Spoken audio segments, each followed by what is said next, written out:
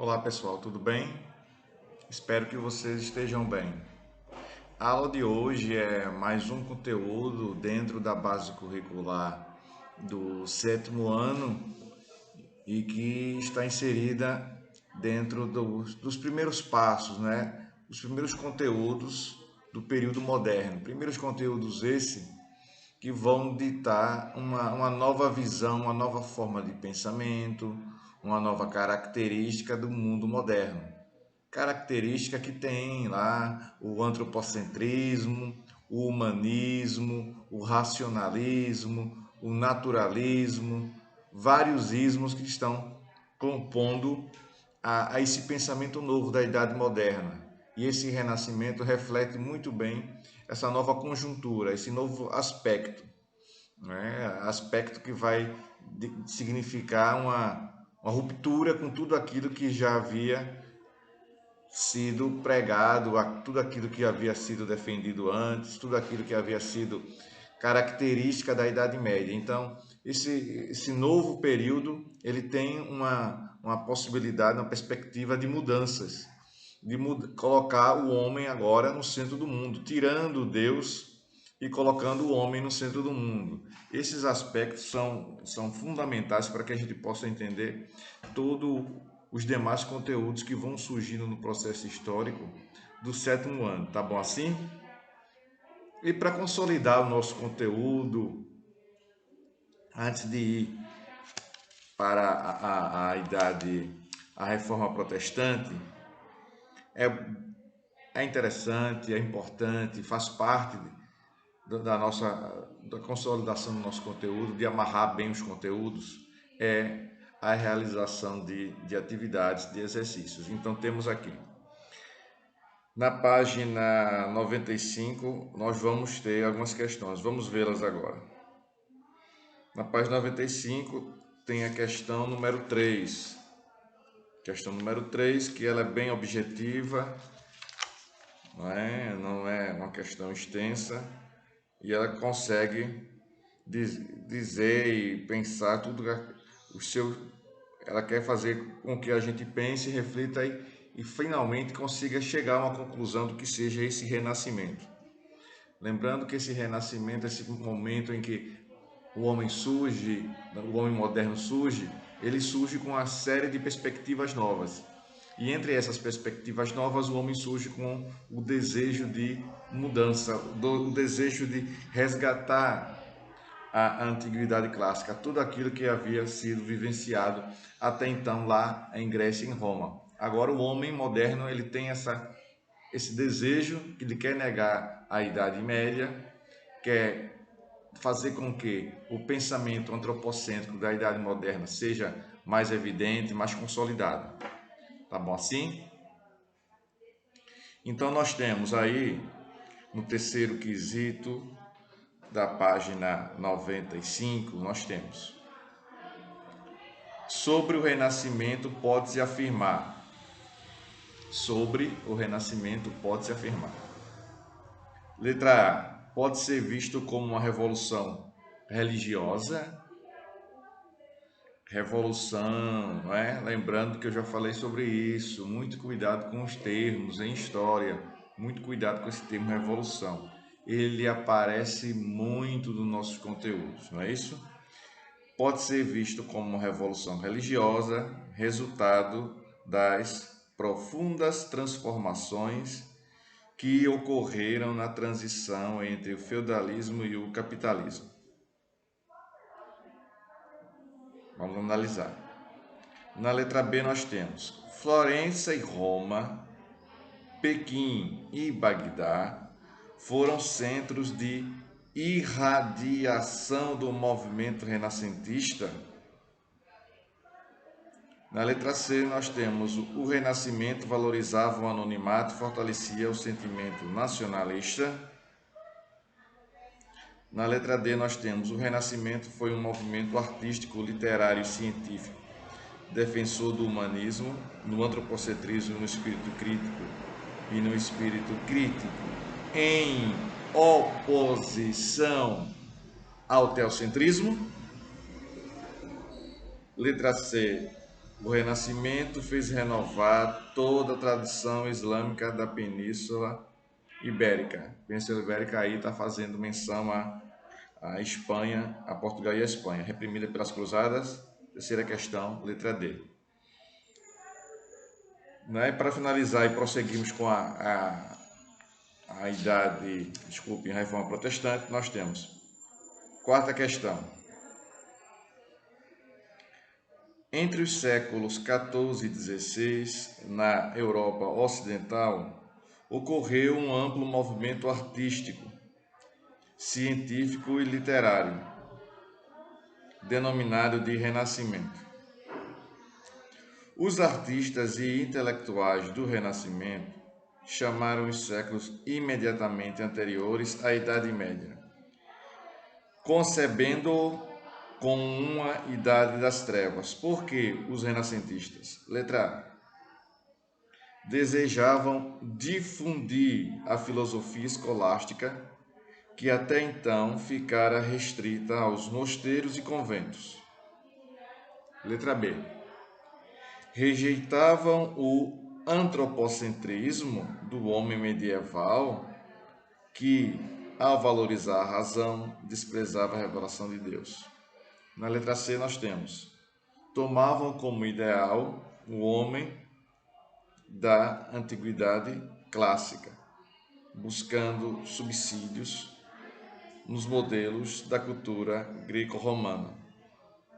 A letra D diz: repudiavam a paixão do homem medieval pela cultura dos povos gregos e romanos imersos no paganismo. Qual seria a letra então, pessoal, aí? Muito bem, letra C, quarta questão, letra C. Vamos voltar para o nosso quinto capítulo, que fala sobre a Reforma Protestante, não é? Vale salientar que a Igreja Católica estava passando por um momento de crise, um momento do finalzinho ali da Idade Média, com o renascimento comercial, com a questão da população migrando para as cidades novamente, o surgimento de um pensamento crítico, um pensamento antropocêntrico, o surgimento das universidades, vai fazer com que a Igreja Católica possa ter todos os seus dogmas, todas as suas regras questionadas, avaliando se vale ou não vale, se pode ou se não pode, se é justo, se é injusto, se é muito rígido, as críticas à questão da usura, as críticas à questão dos erros cometidos por membros da Igreja Católica. Então, tudo isso vai ser levantado, tudo isso vai ser questionado. Por isso que é importante você perceber a ligação que existia ali entre o pensamento do homem no finalzinho da Idade Média e o início da Idade Moderna. Veja que o Renascimento já fez acender essa perspectiva do homem corajoso, que não vai temer, que não vai ter receio nenhum, que não vai ter medo de ninguém em relação a fazer críticas à própria Igreja Católica. Tá bom assim? Então, é por isso que é por isso que vai surgir essa reforma protestante. Veja, o nome é Reforma Protestante. É uma mudança que terá que ser feita, não é, segundo a visão de alguns, em alguns aspectos em que a igreja está com uma situação inadequada, com atos que não são defensores de uma justiça cristã, de um questionamento. Passa a ser feito ali um questionamento. Deu para entender? Não é? Então, vamos observar que a igreja também vai radicalizar com aquelas pessoas que são, não é, considerados hereges, nós já percebemos isso, e vamos perceber que vai surgir ali o Tribunal da Santa Inquisição, né? As pessoas que não, os hereges, são aquelas pessoas que decidem, né, não mais seguir os preceitos da Igreja Católica. Porque esses preceitos, na visão católica, eles são inquestionáveis, imutáveis, não podem de nenhuma forma ser mudados. E temos então aqui na página 101 os antecedentes da reforma, não é? Os antecedentes da reforma, que diz assim: A Igreja Católica, como sabemos, sobreviveu à queda do Império do Ocidente. Muito bem. Isso aí já demonstrava uma força, né, enorme, gigantesca. Né? Durante a Idade Média, tornou-se a instituição política mais forte. Por que essa questão política? Porque a igreja vai ficar atrelada aos reis, os dois precisando um do outro, e há essa aliança, essa união, não é? Essa união entre reis e a Igreja Católica como um todo.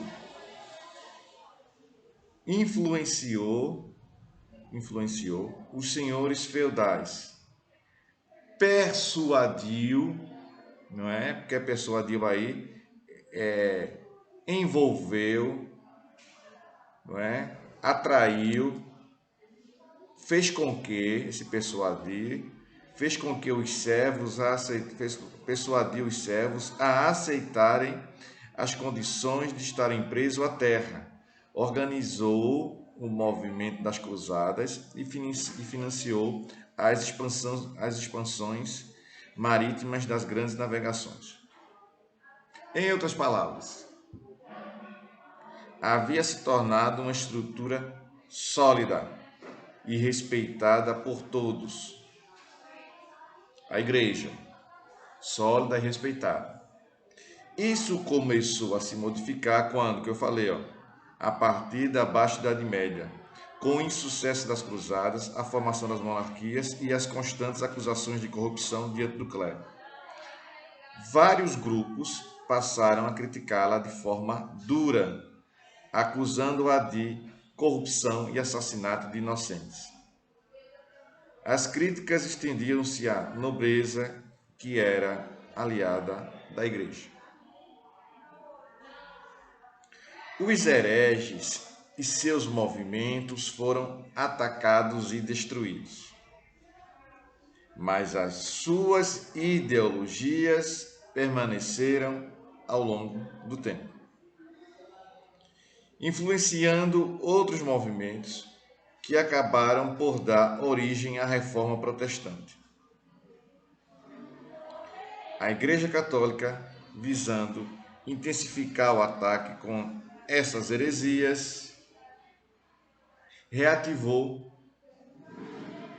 o chamado Tribunal de Santo Ofício, Tribunal da Inquisição. Já estou na página 102. Instituição que foi criada lá no século XIII. Era um tribunal que tinha de investigar e punir todos aqueles que fossem contrários às ideologias e práticas católicas. Milhares de pessoas foram torturadas e mortas por esse tribunal. Aqui nós temos uma imagem que tem a seguinte legenda, uma imagem forte, não é? Os métodos de tortura, diz a legenda, usados para extrair confissões dos hereges, obedeciam a técnicas publicadas em livro pela Igreja para os inquisidores. Os movimentos de oposição influenciaram bastante pensadores e filósofos dos séculos XIV e XV, que são considerados como precursores da Reforma Protestante. Esses precursores aí significam os iniciadores. Suas ideias foram usadas por Martim Lutero, João Calvino e outros para romper com a Igreja Católica e criar uma nova doutrina religiosa. Alguns pensadores tiveram grande destaque, não é? Nessa luta ideológica. Foram eles: Pedro Valdo, John Wycliffe, Jan Hus, Tomás de Aquino e Santo Agostinho. Vamos lá. Pedro Valdo era um rico comerciante francês que se converteu ao cristianismo em 1174 e em 1176 encomendou a tradução da Bíblia do latim, idioma que poucos entendiam, para sua língua, o franco-provençal. Fez voto de pobreza, renunciando toda a sua riqueza e doando aos pobres, além de pregar a Bíblia por toda a Europa. Sua doutrina ficou conhecida como Valdense. John Cliff, inglês de nascimento, John Wycliffe é considerado o grande precursor da Reforma Protestante. Era um teólogo que estudava as práticas religiosas e políticas da Igreja Católica. Nas suas bases ideológicas, defendia, em primeiro lugar, que a Igreja deveria fazer voto de pobreza, respeitando o Evangelho, os preceitos de Jesus e a ideia de que todos deveriam ser iguais perante Deus. Em segundo lugar, defendia que a igreja tinha de se colocar somente diante de problemas religiosos. Ou seja, não poderia, olha aí, veja, observe bem aí, na visão de John Cliff, a igreja não poderia de forma alguma participar ou até mesmo influenciar os aspectos políticos e econômicos das nações. E a Igreja Católica não vai seguir essa recomendação de John Cliff, vai se envolver nas questões, nos aspectos políticos e econômicos, e principalmente nos aspectos políticos. Indo para a página 103, nós temos aí uma imagem de John Wycliffe, que diz: filósofo e professor da Universidade de Oxford, foi responsável pelo movimento do primitivismo católico. Jan Hus, na verdade, era um seguidor de John Cliff, um discípulo dele, vamos dizer assim. Estudou profundamente a Bíblia e passou a exigir que esta fosse respeitada pelo clero. Nesse período, por que ele fez isso, professor? Porque a Igreja Católica passava por um processo de crise institucional por conta de alguns membros da Igreja que não seguiam os preceitos bíblicos da forma como deveria ser. Tendo a lei, observava a lei que estava escrito ali, não poderia fazer, não poderia colocar vírgula, mas, porém, não, contudo, não. Teria que seguir cegamente, fielmente o que estava exposto ali. Não é? Pois então temos, ele queria, o Jan Hus, queria que esses preceitos bíblicos fossem respeitados de forma ampla e restrita, seguindo as regras, sem contestação. Deu para entender? Defendia o fim do luxo da igreja. Pronto, se ele é discípulo de John Cliff, ele vai também condenar a questão da riqueza dentro da igreja, o luxo da igreja, e das regalias e privilégios dos clérigos. Traduziu a Bíblia para o seu idioma, o tcheco, e denunciou a corrupção da Igreja Católica. Outro fator importante nesse período que a gente vai começar a observar, essa questão da própria corrupção dentro da Igreja Católica. Foi condenado e morto na fogueira. Seus pensamentos influenciaram vários seguidores que deram origem a um movimento chamado de Hussitas. Mais uma figura com John Hus aqui, que diz aqui, a legenda é a seguinte: era um padre tcheco que criticava de forma intensa a corrupção do clero católico com as regalias e a ostentação luxuosa. As críticas cresceram ainda mais contra a Igreja Católica, que era constantemente né, acusada de corrupção, de cobrar um dízimo. O dízimo é um preceito bíblico que está dizendo lá que todo cristão deve dar 10% daquilo que ele recebe. E no caso aqui mencionado no livro, fala sobre um dízimo pesado, ou seja, que vai além dos 10%. O 10% não era cobrado, não, ia além, a 15%, 20% cobrado pela Igreja Católica, nesse período que eu estou mencionando aqui. Aos poucos, o debate filosófico penetrou na própria Igreja Católica. Muitos religiosos criticavam a postura da instituição, que, vez por outra, fechavam os olhos para esses erros, para essas coisas que aconteciam dentro da própria igreja, para a corrupção em si. A Igreja Católica tem por tradição virar as costas, fechar os olhos, não ia de forma profunda investigar, condenar e verificar de que forma aquela situação poderia ser mudada. Então, voltando aí, muitos religiosos criticavam a postura da instituição, mas ao mesmo tempo apresentavam novas ideias e concepções. Na verdade, alguns setores da igreja defendiam mudanças e outros defendiam a reafirmação dogmática. Nesse contexto, foram retomadas as ideias de dois grandes filósofos cristãos, que foram amplamente debatidos, amplamente discutidos, e que influenciaram vários movimentos religiosos dentro da própria Igreja Católica. Esses dois, que vamos começar a falar daqui a pouco sobre eles, são dois homens que se tornam referência do ponto de vista teológico dentro da Igreja Católica. Não é? A concepção deles até hoje tem seus influenciadores, suas consequências, não é? E aí nós vamos ter dois, São Tomás de Aquino e Santo Agostinho. São Tomás de Aquino, a base de sua concepção era adotada pela Igreja.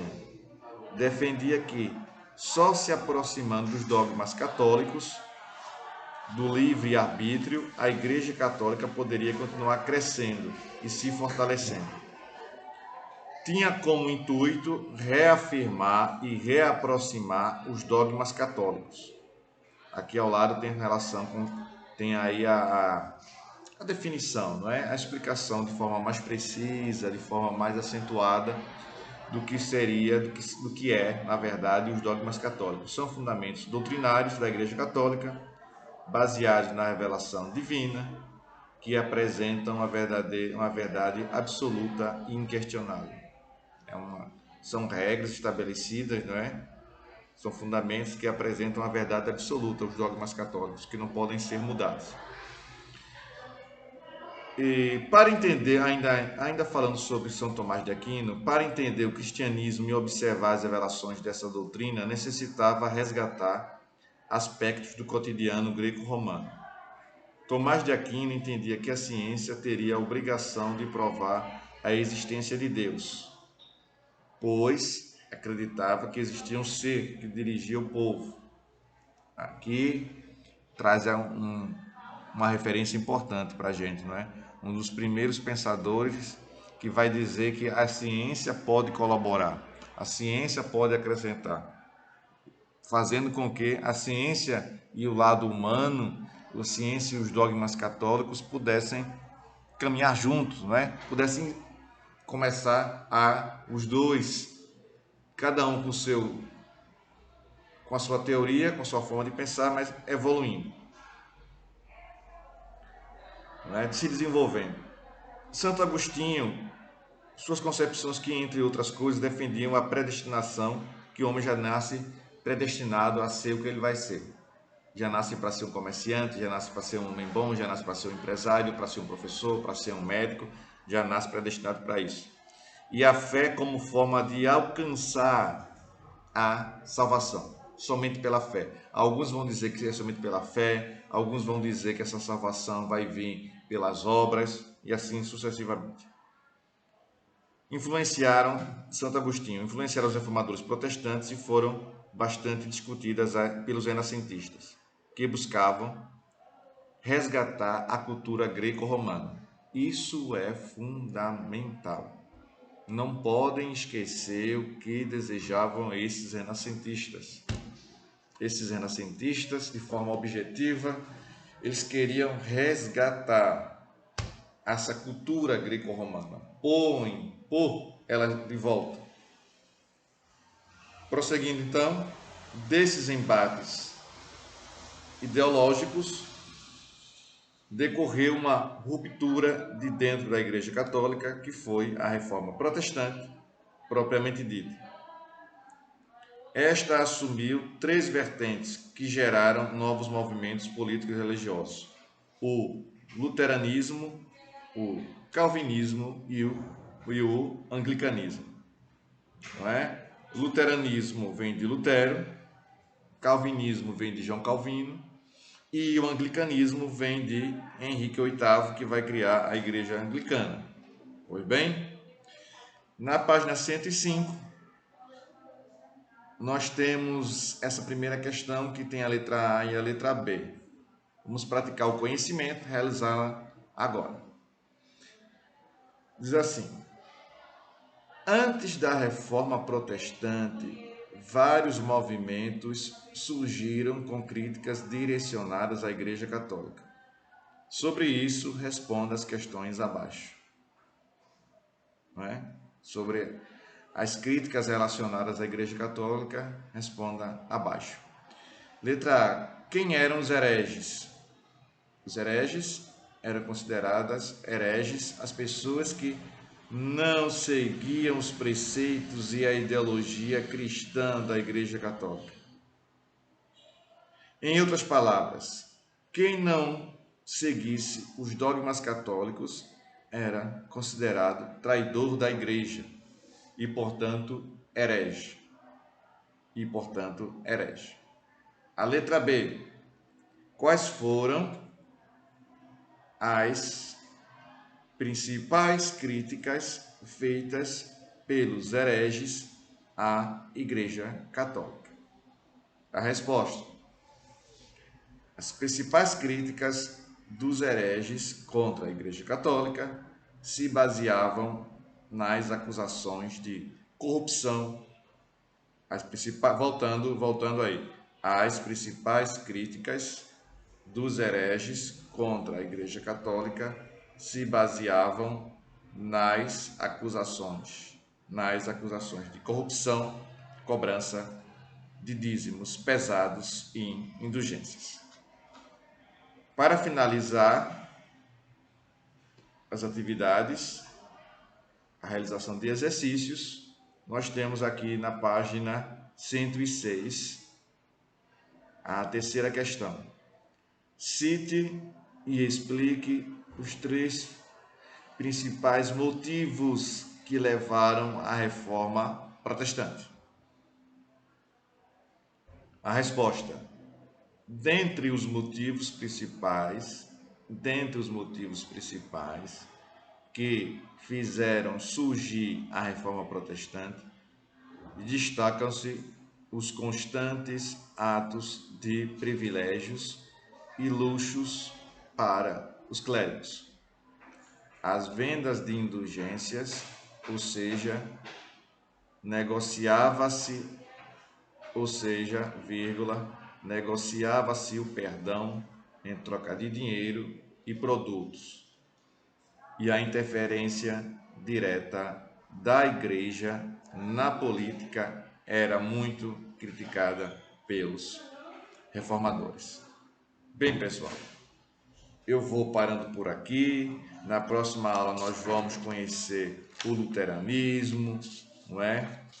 Martim Lutero, um teólogo, um monge que era doutor em teologia, as 95 teses, a reforma anabatista, a paz de Habsburgo, o calvinismo, e depois vamos conhecer também o anglicanismo com o passar das nossas aulas. Tá bom assim? Espero que vocês tenham absorvido conhecimento, tenham entendido e acreditando que o foco de vocês continue. Força para vocês, aqui eu estou enviando, estou mandando para vocês. Forte abraço, Tchau, pessoal, e até a próxima aula. Tchau.